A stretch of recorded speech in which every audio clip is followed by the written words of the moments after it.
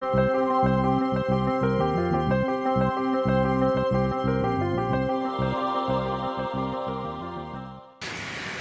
Баткен телеканалында маанилүү маек берүүсүн түз эфирде алып барабыз. Аны мен Айсина Абдулаким кызы алып барам. Саламатсыздарбы? Бүгүнкү коногубуз Баткен райондор аралык эмгек социалдык камсыздоо жана миграция башкармалыгынын башчысы Сатыбалдиев Сүйүнбай Маматкасымович болмокчу. Ал эми биз жогоруда иш башкармалыгынын өткөн жыл ичинде аткарган иш аракеттери тууралуу сүйлөшөбүз. Бул темада же башка социалдык маселедеги суроолоруңуздар болсо, экрандагы WhatsApp номерибизге SMS аркылуу гана жиберсеңиздер болот. Биз жооп алып берүүгө даярбыз. Сүйүнбай Маматкасымович, саламатсызбы? Студиябызга кош келипсиз. Маегибизди алгач, сиз иштеген мамлекеттик ишкана тууралуу айтуудан баштасак, жарандардын социалдык көйгөйлөрүн чечүүдө сиздердин мекеме кандай кызматтарды көрсөтүп келет? Саламатсыздарбы, Баткен аймагынын тургундары. Биринчиден мен ошол сиздерге ыраазычылык билдирип кетсем, ошо коомчулук менен байланыш түзүп бергениңиздер үчүн. Биздин башкармалык Баткен райондор аралык эмгек социалдык камсыздоо жана миграция башкармалыгы бизде республикалык бюджеттен каржылануучу социалдык төлөмдөрдү, мамлекеттик жөлөк пулдарды дайындап өз убагында төлөп берүү. Булар үй бүлө аз камсыз болгон үй бүлөлөргө үй бүлө көмөк жөлөк пулдары, майыптуулугу бар жарандарга социалдык жөлөк пулдар жана бизде министрликте 25 категорияда акчалай компенсациялар бар. Ошонун 14-үнү бизде Баткен районуга жана Баткен шаарынын тургундарына төлөп берип келебиз жыл ичинде. Жана дагы бизде майыптыгы бар жарандардын карагандыгы үчүн ата-энесине же мыйзамдуу өкүлүнө жеке ассистент деп эмгек акы төлөп берип келебиз бүгүнкү күнгө чейин. Жана дагы кош бойлуулар төрөт расымдык жөлөк пулдарды төлөп берилип келет бүгүнкү күндө. Жана ошо менен эле бирге бул бизде башкармалыктын 2 бөлүмүнүн аткарган иштери жана бизде балдардын укугун коргоо, үй бүлө жана балдардын укугун коргоо бөлүмүбүз бар. Ал Баткен району шаары боюнча 59 миңден ашуун 18 жашка чейинки балдар менен иш алып барат. 18 жашка чейинки балдарды мисалы үчүн ар бирини шаар мэриясынын астында жана райондук мамлекеттик администрациясынын астында балдар комиссиясы бар. Аны ошол администрация мэриянын социалдык блогун тейлеген орун басарлары жетектейт. Ошондо биз курамында барбыз. Курамында службалар, ички иштер бөлүмүнүн кызматкерлери, медицина бөлүмүнүн кызматкерлери жана ошо билим берүү бөлүмдөрүнүн кызматкерлери, бөлүм башчылары ошолор курамында турат. Ошолор менен биргеликте жыл ичинде квартал сайын же жарым жылда бир ошол үймө-үй кыдырууларды карап чыгып, ошондо турмуш шарты оор үй бүлөлөр, балдар кезиксе, ошо менен отдельный иш план түзүлүп, ошо менен комиссияга алып чыгып, ар бир служба өз-өзүнүн ишин аткарганга милдеттеме коюлат. Жана дагы башка эмгек жана иш менен камсыздоо жана миграция бөлүмүбүз бар. Алында жумушсуздарды каттоого алынат. Жумушсуздар менен отдельный иш алып барабыз. Буларда жумушсуздардын ичинен биз шаарда 57-чи кесиптик лицей, райондо 54-чү кесиптик лицейдин базасында жумушсуз жарандарды кыска мөөнөттүү 3 айлык окуулардан өткөрүп, жумуш менен акысыз ошого лицейлерге төлөнө турган кредит немеси, баягы контрагы жана стипендиясы биз аркылуу төлөнүп берилет. Окуун бүткөндөн соң бир кесипке ээ болсо, ошону бир жумуш менен камсыздоого аракет кылабыз. Мүмкүнчүлүк түзүлөт. Жакшы. Ал эми эң орчундуу делген ушул жарандарыбыз көбүнчө кайсыл маселелер менен кайрылышат сиздерге? Бизге ошондо деп бизде бүгүнкү күндө Баткен район шаар менен алганда үй бүлө көмөкчүлүк пулу бар. Аз камсыз болгон үй бүлөлөргө буларга отдельный жобосу да отдельный категорияларга ылайык алып келеттер. Бул шаар район боюнча 5676 үй бүлө 18039 балага төлөп беребиз. Ушу боюнча кайрылышат. Бизде ай сайын дайындалып, 1 жылга чыгат. Ай сайын ушу менен иш алып барабыз. Ушул жөлөк пул боюнча көп кайрылышат деп атат да. Бул маселени ушул кандай себептери болушу мүмкүн? Көп кайрылган себеби эмнеде? Бизде азыр өзүңүздөр билесиздер, санариптештирүүгө өткөндөн бери 2023 январь айынан бери биз айыл өкмөттөрдө толтурулуучу баягы санарип аймак, илгери айыл өкмөткө барсак жашаган тууралуу справка жана үй бүлөлүк курамынын справкасын экөөнү чыгарып бериши эле. Ошону тиркеп бизге тапшырышы эле. Азыр эми ошол бизде өзүбүздө КСП деп социалдык жардам алуу корпоративдик системабыз бар. Биздин башка министрликте. Ошол түндүккө уланган азыр. Биз түндүк аркылуу эле санарип аймакта түндүккө уланган. Биз жарандарды айыл өкмөткө бардырбай туруп эле. Биз КСП өзүбүздүн базабыздан түндүктөн алып жашаган тууралуу ошолорду үй бүлөлүк курамына эки справканы ошо түндүктөн алып жатабыз. Биз эми түшүнбөстүктөр кээ бири келет, мен базада жок экенмин деп бизге кайрылышат. Биз башкармалыктын кызматкерлери түшүндүрүп айтат, сиз биринчиден өзүңүздүн жубайыңыздын документтерин алыңыз, балдарыңыздын метиркелерин алыңыз, көлтөрүн барып санарип аймак базасыга катталыңыз. Айылда болсоңуз өзүңүзгө тийиштүү болгон айыл өкмөттө, шаарда болсоңуз өзүңүзгө тийиштүү кварталга барып туруп санарип аймакка катталыңыз толугу менен. Толугу менен катталып, ошо түндүккө киргенден кийин бизге кайрылса болот. Бул ошол документтер тапшырууда бир аз жеңилдик катары саналат экен демек. Бул айыл өкмөткө барып эки справка алгыча бизге түзүлө барат, биз уже түндүктөн алсак болот. Башка жер боюнча маселелерде биз түндүктөн текшерип түндүктөн алабыз. Жакшы, ушуга эле кошумча болсун, мамлекеттик жөлөк пулдар жөнүндө мыйзамдардын иштөө тартиби тууралуу кененирээк айтып берсеңиз. Бизде үй бүлөлүк көмөк аз камсыз болгон үй бүлөлөр өкмөттүн 307 токтоо менен бекитилген атайын жоба бар, мамлекеттик жөлөк пулдарды төлөө боюнча. Ошонун тартибиде иш алып барылат. Биринчи кезекте бул үй бүлө көмөк жөлөк пулун ала турган үй бүлөдө 16 жашка чейинки балдар болуш керек. 16 жашка чейин балдарга төлөнүүчү жөлөк пул. Аларда мындай категориялар бар. Мисалы үчүн аз камсыз болгон үй бүлө болгондуктан кепилденген минималдык кирешеси бизде өкмөт токтому менен бекитилген 2019 жылы 1000 сом деп. Ошондо үй бүлөдө 5 жан болсо, ар бир адам жан башына 1000 сомдон ашып кете турган болсо, ага төлөнбөй калат. Аз камсыз болгон үй бүлө болуп эсептелбейт, ага төлөнбөй калат. Если ошого 1000 сомдон кирешеси бир айдагы топ үйүлгөн кирешеси 1000 сомдон төмөн болсо, ашпаса, ага төлөнөт. Бирок да башка категориялар бар, автоунасы деген.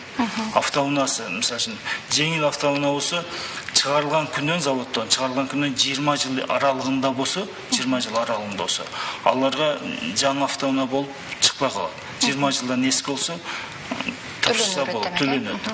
Андан автоунаалардан бөлүп көрсөткөн, мисалы үчүн, айыл чарба техникалар, комбайн, трактор, мисалы үчүн, микроавтобустар, жүк ташуучу машиналар. Булар жылына карабай эле чыгарылбай калат.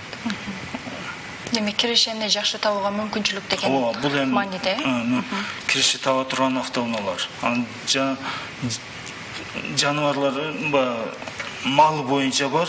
Малы боюнча бул майда малдан эсептелинет, кой эчкиден. Адам жан башына 4төн болуп калса чыкпай калат. Майда. Мисалы үчүн уйларды эм бөлгөндө жан кичине малга бөлгөндө бир уй 6 койго же эчкиге барар да. Ушинтип эсептейбиз. Ушулар негизде чыкпай калат. Демек бул материалдык байлыктарын эсептөө тартибиге керек. Кирешесини аныктап туруп өтө жакыры үй бүлө боло турган болсо, ага чегер берилет. Жакшы экен. Жогоруда да айтып өттүңүз, сиздердин башкармалыкта үй бүлөнү жана балдарды коргоо бөлүмүнүн бөлүмү дагы иш алып барат. Бул бөлүмдүн иш аракеттери тууралуу дагы кененирээк маалымат айтып өтсөңүз. Бизде жана айткандай эле комиссиядан такталгандан кийин оор турмушта жашаган балдар же үй бүлө боло турган болсо, бул балдар боло турган болсо, кээ бир ата-энелер мисалы үчүн атасы да энеси да миграцияга чыгып кеткен болсо, бул бала оор турмушка кайрылып неме болот да, мукта туш болуп калат. Ошого бизде мыйзамда көрсөтүлгөн, бул ата-энеси бирдей миграцияга чыга турган болсо, камкорчу же көзөмөлчү кылып сот аркылуу дайындап кетиш керек. Бул баланын өзүнүн коопсуздугу да, баланын өзүнүн коопсуздугу ата-эне да билиш керек. Мен балам коопсуз деп мыйзамдуу соттун чечими менен камкорчу же көзөмөлчү дайындап кетсе, мисалы үчүн бизге кайрылат, бизге кайрылса тийиштүү документтер менен, арыз менен кайрылат, тийиштүү документтерди алып келет, кимге таштайт? Ошолордун макул ата-энесинин макулдугу, ошо биздин үй бүлө жана балдар коргоо бөлүмүбүз биргеликте сотко арыз менен кайрылат, сотко да катышып берет биздин кызматкерлер. Сотко да катышып, чечим чыгартып берет. Ошондо мисалга бала алганда, бала ата-энеси миграцияда болуп калса, садикке же мектепке жайлашка керек болуп калат. Ата-энелик укукка ээ бир адам болуш керек. Же болбосо больницага жатып калат. Больницага жаткырганда да ар кандай случай болот, операция боло турган болсо, ата-энесинин макулдугу керек болуп калат. Ошондо мыйзамдуу өкүлдөн макулдук алып туруп, лечениясын алып чыкса болот. Ошондой дан бир өзүңүздөр билесиздер, зордук зомбулукка да душар болушу мүмкүн. Мыйзамсыз калып кеткен болсо, мисалы үчүн кошунасына или алысыраак тууганына калтырып кетсе, анда жоопкерчилик болбойт да.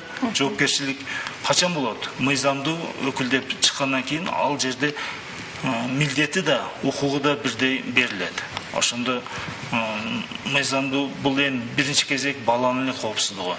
Ата-энелер ушуну көңүл бурса, аткарып кетсе жакшы болот. Ушу Баткен аймагында жана өзүңүз айтып өткөндөй, ушул балдарды мыйзамдуу түрдө камкорчуну дайындап кеткен учурлар болду беле? Bizde жыл içinde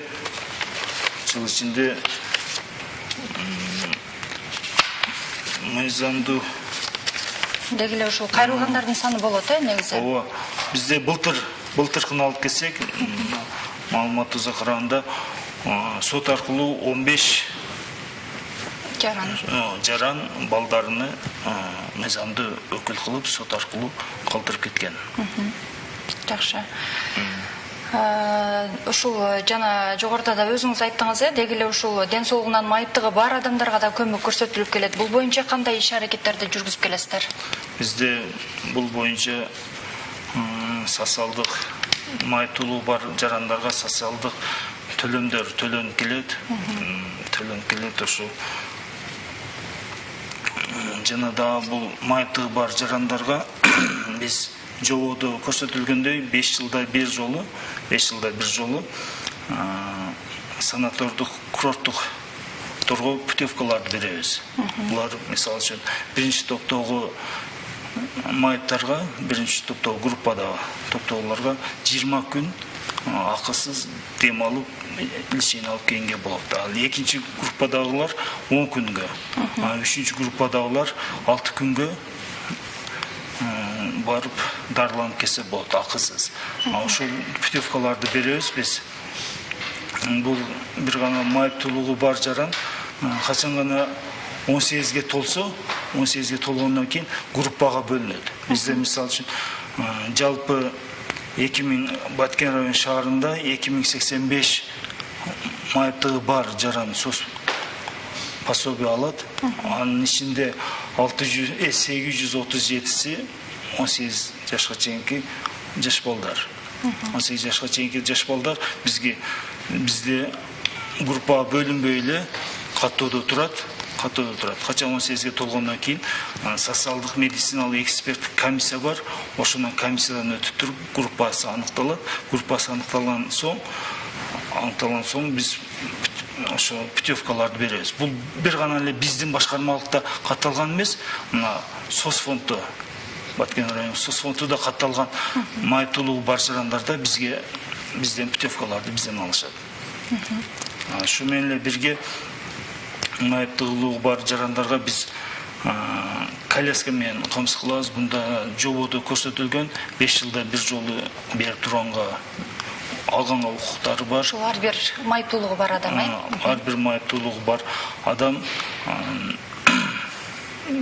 Биз азыр мында анализ жасасам, бир 5 жылда 76 ошо майыптуулугу бар жаранга коляска бериппиз 5 жылдын ичинде. Жакшы.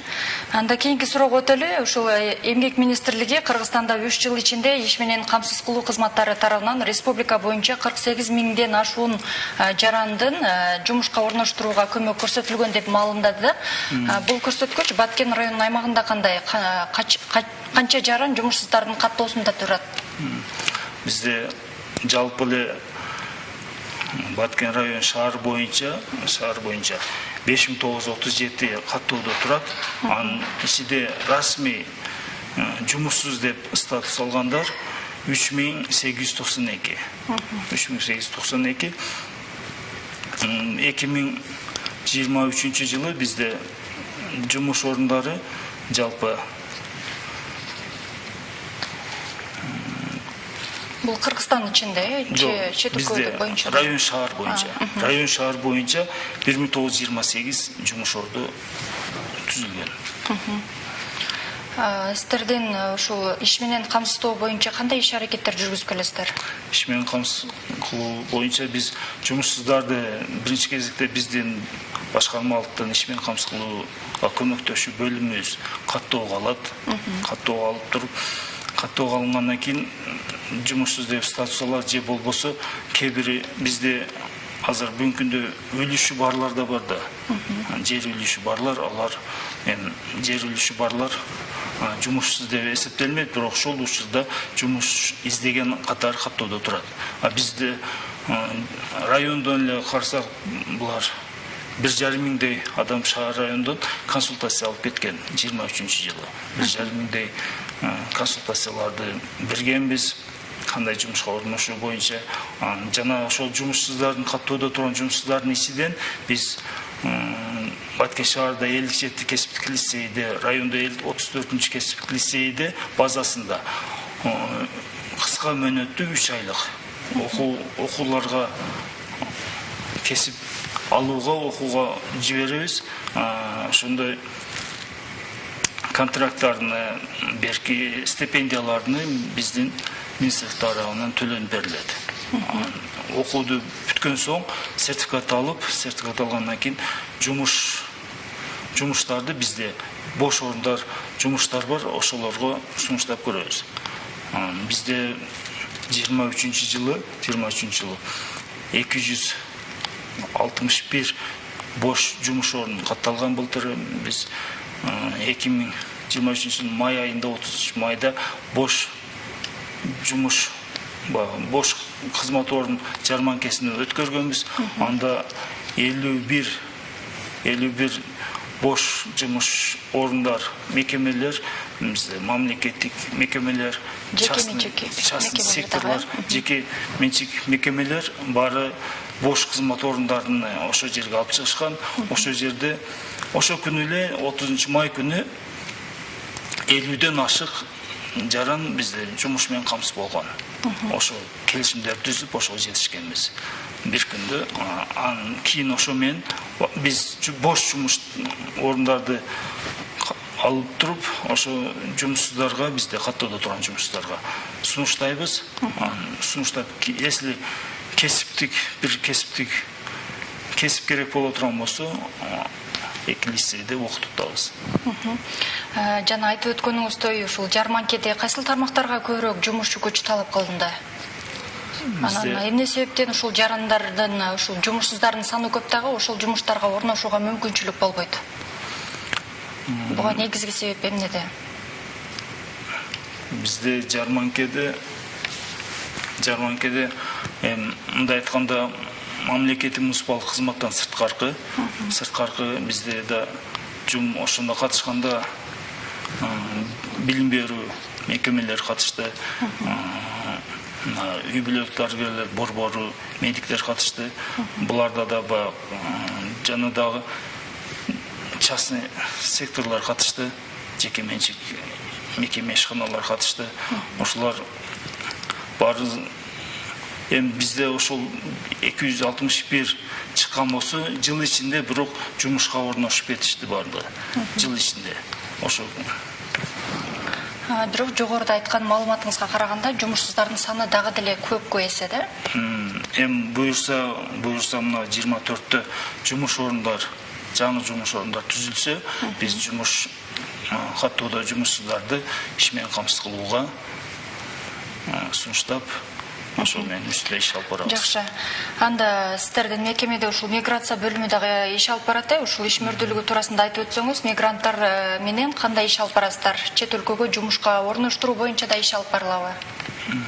Бизде мекемеде эмгек жана иш менен камсыз кылуу, көмөктөшүү жана миграция бөлүмүбүз болуп, биз мигранттарга чет мамлекетке чыгаарда биздин башкармалыкка барат. Биз башкармалыкка барса, кандай биздин башкармалык иш менен камсыз кылып бербейт чет мамлекетте. Биз консультацияларды беребиз. Мисалы үчүн брошюраларыбыз бар, ошондой брошюраларды беребиз. Биринчи кезекте мигрант эмне кылыш керек? Мигрант ошо балким башка чет өлкөнүн мыйзам талаптары тууралуу, бара турган мамлекет жөнүндө маалымат алыш керек. Алардын мыйзамдарын, эмгек мыйзамдарын билиш керек. Аны өзүнүн паспорттарын жарактуулугун карап коюш керек. Ошо дагы бардык документтер көчүрмөсүн сактап коюу керек дейт. Кыргызстандын элчилигинин телефон номерлерин тактап сактап коюу керек. Жана ошондой эле если чет мамлекетке чыкканда паспортуну өзүнүн жанында алып жүрүш милдеттүү деп ошондой консультацияларды беребиз. Декабрь айында биздин министрлик менен биргеликте Баткен мамлекеттик университетинин базасында биз чет мамлекеттерде бош орундар жарманкесин өткөргөнбүз. Өткөрүп, ошондо биздин министрлик тарабынан келген адистер кандай болушун консультацияларды кеңири берди. 4-декабрда өткөн. Ошондо биз Баткен шаарынан, Баткен районунан көпчүлүк жумушсуз жарандар, миграцияга бара турган жарандар келип катышып консультацияларын алып кеткен. Жакшы экен, анда ошого кошумча эле суроо болсун. Соц тармактарда же балким кандайдыр бир телеканалдарда жарыяланган жумуш берүүчүлөр бул мыйзамдуубу, аларга кандай ишенсе болобу негизи? Биринчи иш издеген жаран өзү биринчи тактап көрүш керек. Хорошо, жарыяны көрүп баргандан кийин иш берүүчү менен сүйлөшүп, эмгек келишимини түзүп алыш керек да. Жазуу түрүндө эмгек келишимин түзүп алса, ошо мыйзамдуу болот дейм. Буга мисалы ушул Баткен шаарында эле ушул радио өзелден мисалы ушул иш берүүчүлөрдү жарыялайт, сиздерге ушундай кандайдыр бир байланышы барбы, сиздер менен байланышып маалыматтарды берүүгө? Жалардын такыр тиешеси жокпу деген? Жок, биз кайра бош жумуш орундарды издегенде мамлекеттик органдарга кайрылабыз. Жана ошол эле жеке секторларга радио изилдирменде кандай жумуштар берилип жатат, ошону биздин кызматкерлер тактап турушат.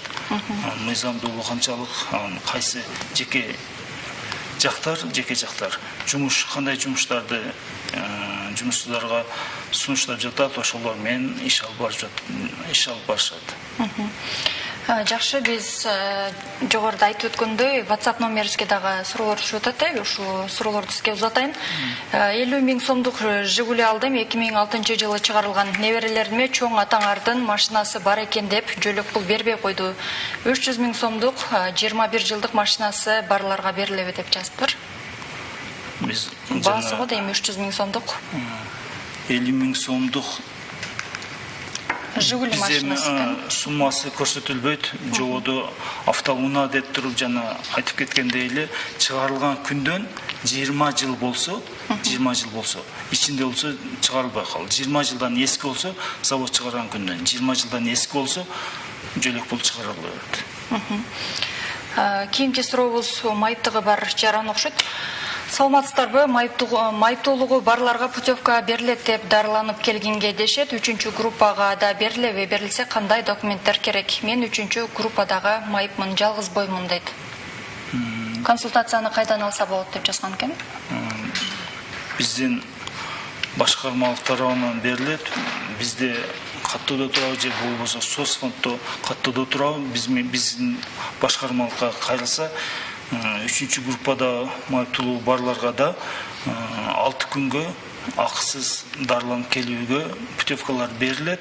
Алда ошол медициналык, социалдык медициналык эксперттин комиссиясынын корутунду справкасы, маалыматы, өзүнүн паспорту жана бизге арыз менен кайрылат. Жакындар сиздердин башкармалыкка барып кененирээк маалымат алса деле болот. Ооба, биздин башкармалыкка барса, атайын адис бар. Ошо адистен кеңири маалымат алып туруп, ошо документтерди арыз таштаса болот. Жакшы, кийинки суроону узатайын. Саламатсыздарбы? Менин балам 13 жашта, азыр учурда 2-чи группадагы майыптыгы бар. Буларга жаңы жылдан баштап жөлөк пулдары канчага көбөйдү? Мурда 8800 сом алат элек деп жазыптыр. Баткен шаарынан. Дарегин жазбаптыр. Баткен 18 жашка чейин балдарга Баткен шаарынан 8800, ал эми чегара аймактарында 10400 алаттар. Жакшы, 18 жашка чыга элек майыптыгы бар балдарга да курортторго акысыз путевка берилеби дейт. Бул боюнча жогоруда да айтып өттүңүз, дагы кошумчалап койсоңуз. Бизде эми 18 жашка чейинки деп атты. 18 жашка чейинки балдарга жогоруда көрсөтүлгөн эмес. Эмне дегенде 18 жашка толгондон кийин группага бөлүнөт. Группага бөлүнгөндөн кийин 18 жаштан жогоркуларга санатордук путевкалар беребиз. Демек 18 жашка чейинкилерге кандай болот? 18 жашка чейинкилерге берилбейт. Алар общий эле группасы жөлөк пул алган гана мүмкүнчүлүгү бар. Саламатсыздарбы? Азыр жаңы закон чыктыбы, пенсияга чыга албай, жашы жеткен, эч жерде иштебеген адамдарга 3 ай 8000ден төлөп берет. Ошол боюнча маалымат берсеңиз деп жазыптыр. Бул да группадагы жаран го дейм. Кечиресиз, суроо түшүнүксүз болуп калыптыр, урматтуу телекөрүүчү. Мисалы үчүн мындайда бизде эмгек стажы бар, же үлүшү бар боло турган болсо, соцфонддон каарылыгы боюнча пенсия чыгат. А если бизде башкармалыкта эмгек стажы жок, үлүшү жоктор, каарылыгы боюнча пенсия бизден чыгат. Алар 2200 менен бизден чыгат. Чегара аймакта 2600 менен. Жакшы. Кийинки суроону узатайын. Жөлөк пул боюнча экен. Саламатсыңарбы? Менин балам Россияда иштейт, 4 баласы бар. Кенже баламдын үйүндө жашайт, пособие алса болобу дейт. Бизде доходуну кирешесин, үй бүлөнүн кирешесин аныктаганда ар бир жарандын, мисалы Самарып аймакта турган чыккан жарандын кирешесин эсептелинет. Если ошондо кирешеси аныкталбай калды, же буну атайын жободо көрсөтүлгөн Россиядагыларды, Россияда же миграциядагыларды, жалпы эле миграцияда жүргөндөрдү райондо жана шаарда атайын арыздарды кабыл алчу комиссиябыз бар. Ошого сунуштайбыз. Комиссия чечип карап көрөт. Комиссия мисалы үчүн райондо болуп турган болсо, жергиликтүү өз аңчы башкаруунун берки актылары түзүлөт. Мисалы үчүн действительно акча салбай турган болсо, мисалы үчүн доходу жок. Эми Россияда иштегендер бизде 20-30-40 миң көп алышат да. Бизге чыкпай калат. Эми чындыгында 30 миң салып аткан болсо, 20 миң салып аткан болсо, если чындыгында салбайт акча деп айыл өкмөттөр, айыл башчылар түзүп бере турган болсо, акты комиссияда каралаттан, ошо комиссиянын чечими менен чыгат. Жакшы, анда кийинки суроону атайын. Январь айынан пособияларга кошулдубу деп жазыптыр. Бул аймактар боюнча айтып бөлүп айтып берсеңиз болот,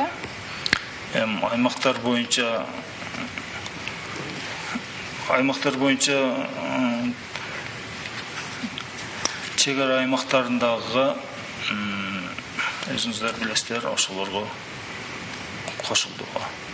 Канча сомдон кошулгандыгы толуктап койсок болобу?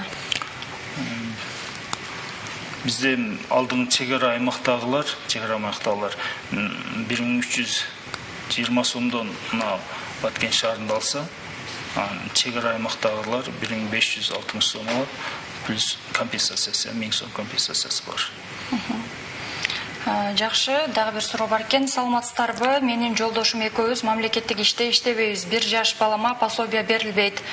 Себеби күйөөмдүн апасы мамлекеттик жумушта иштегени үчүн мындай. Эмне үчүн мындай дейт? Жободо көрсөтүлгөн бир үй бүлөнүн жалпы бирге чарба жүргүзсөлөр, кирешеси бирге аныкталат да, эсептелинет бирге. Ошондо адам башына, жан башына бөлгөндө 1000 сомдон ашып кете турган болсо чыкпай калат. 1000 сомго чейин болуп калса, ошол мисалы үчүн мамлекеттик кызматта иштеп дейт, ошонун зарплатасы, эмге маянасы. Үй бүлөдө 5 боло, 6 боло, ошого бөлүп көрсө, мамлекеттик кызматта бизде азыр бүгүнкү күндө зарплаталар жогору. Мамлекеттик муниципалдык кызматта иштегендер чыкпай калат. Жакшы, саламатсыздарбы? Мен бир бөйрөгүмдү алдырганмын, 39 жаштамын, 5 балам бар, группага чыксам болобу, бирок жөлөк пул алам.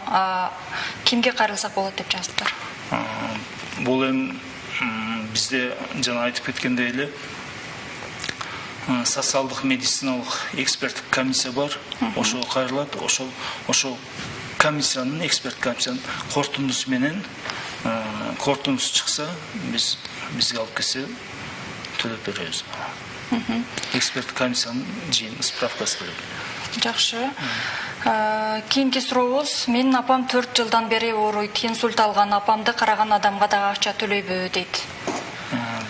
Жок, бизде майыптыгы бар адамдарга кошулат, бул кандай болуп калат? Бизде жободо көрсөтүлгөн, буга чейин билесиздер, 18 жашка чейинкилерге баягы туаса майыптыгы бар жарандарга 18 жашка чейинкилерге төлөнүп келген. Азыр эми 18 жаштан жогоркуларга да төлөнүп атат. Бирок туулгандан майыптыгы болсо, ошого жеке ассистент төлөп берип жатабыз. Бирок туулганда майыптыгы болуш керек. Жакшы. Балам Россияда туулган, мат одиночка дейт, метрикасы российский пособие алса болобу? Кыргызстандан алса болобу дейт. Российский жарандык менен учат. Бирок эми өзү тапшырат да. Өзү. Ата-энеси алса, ата-энеси кыргыз жараны болсо тапшырса болот. Же болбосо кайрылманын статусун алган болсо да тапшырса болот. Мисалы үчүн бизде башкармалыкта да кошумчалап кетсем, кайрылман статусуну биздин башкармалык көйлүктөрүн берип жатат. Бүгүнкү күндө бизде жалпысынан былтыры 23-жылы 51 этникалык кыргыздарга Баткен шаар районунда кайрылман статусун бердик. Комиссияда өзүнүн жол жобосуна ылайык бизге кайрылаттар, бизге кайрылса биз тийиштүү органдарга жиберебиз. Макулдук алыш үчүн ал комиссияда карап туруп, комиссиянын чечими менен көбөлүк жазып беребиз кайрылма статусун. Демек аларга да бир топ жеңилдиктер жараланды. Булар кайрылма статусун алган жарандарга, кайрылма статусун алган адамдарга мамлекет тарабынан бир канча социалдык кепилдиктер берилген, жеңилдиктер. Булар медицинага барганда кароодон өтсө болот. Жанында ошондой эле социал бизде жөлөк пулдарга тапшырса болот, алса болот. Мисалы үчүн, үй бүлө көмөк мамлекеттик соц пособияларды алса болот. Кайрылма статусу менен жанагы иш менен камсыз кылууда, иш менен бир ишке орношордо эч кандай уруксаты жок эле, расчетный работу жасабай туруп эле жумушка кирсе болот. Дагы көптөгөн жеңилдиктер берилген burada. Жакшы. Биздин көрсөтүүбүз дагы соңуна чыгып баратат. Мына ошондуктан сизге жыйынтыктоочу сөздү берели. Келиңиз. Бизде Боченки аткандардан биз эң эле үй бүлө көмөкчүлүк пулун алганда былтыр 22-жылы 50 үй бүлөгө берген элек, 23-жылы 400 үй бүлөгө бердик. Булар үй бүлө көмөк жөлөк пулун алган аз камсыз болгон үй бүлөлөр кичи бизнестерини ишке ашырып, бизде бүгүнкү күндө барды толугу менен ишке ашырып алды. Булар көпчүлүгү мал чарбачылык жана тигүүчүлүк, соода саттык, тест атым, ошондой бардыгы бизде ишке ашты да. Жана дагы биздин эми артыкчылыктуу 24-жылы артыкчылыктуу багытыбыз деп багытыбыз бол жумушсуздарды жумуш менен камсыз кылуу. Атайын окуулардан өткөрүп, ошо жумуш орундарга камсыз кылуу болот. Ошол багыттарда иш алып барабыз. Сизге терең ыраазычылык билдиребиз. Анда атайын убакыт бөлүп телекөрүүчүлөрдүн суроолоруна жооп бергендигиңиз үчүн. Урматтуу телекөрүүчүлөр, биз маанилүү маек берүүсүнүн алкагында Баткен райондор аралык эмгек социалдык камсыздоо жана миграция башкармалыгынын жалпысынан аткарган иш аракеттери жана анын ичинде калктын социалдык көйгөйлөрү туурасында сөз кылуу менен бирге сиздердин берген суроолоруңуздарга жооп ала алдык. Бүгүн бизде конокто Баткен райондук башкармалыктын башчысы Сатыбалдиев Сүйүнбай Маматкасымович болду. Сиздер менен келерки берүүгө чейин коштошомун. Саламатта туруңуздар.